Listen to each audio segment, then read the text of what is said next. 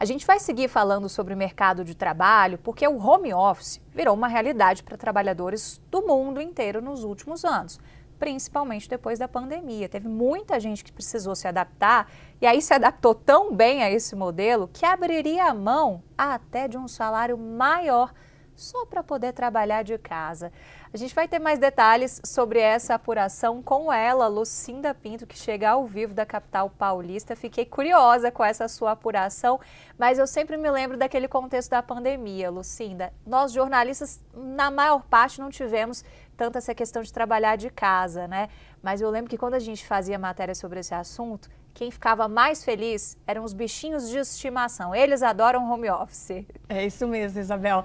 Boa tarde a todos. E eu conheço muita gente que enfrentou muita dificuldade no retorno, né, para o escritório, ao deixar o seu bichinho que ficou muito bem acostumado ali com a presença do seu tutor.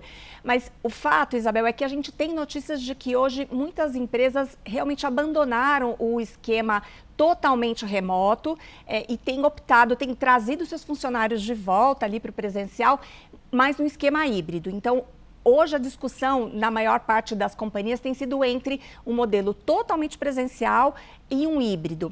E, como você trouxe, muita gente aprendeu a trabalhar de casa, muita gente valoriza esse ganho de tempo que se tem por conta de deslocamento, por conta da alimentação dentro de casa, e prefere manter pelo menos alguns dias da semana trabalhando da sua casa. E tem então essa leitura interessante que foi feita numa pesquisa realizada pela empresa Tex Group, junto a mais de 1.500 trabalhadores, que mostra que 72% desses entrevistados preferem trabalhar num esquema híbrido, prefeririam ter essa flexibilidade de permanecer alguns dias em casa e dedicar ali 2 ou 3 dias apenas dentro do escritório. Só que quando você faz uma segunda pergunta, que é a seguinte: você aceitaria manter o seu esquema híbrido e abrir mão de 50% do seu salário? É surpreendente que 42% disseram que aceitam. Ou seja, as pessoas, um grupo relevante, um grupo expressivo dessas pessoas, desses trabalhadores, preferem preservar essa condição de flexibilidade a ter um adicional de salário de 50%.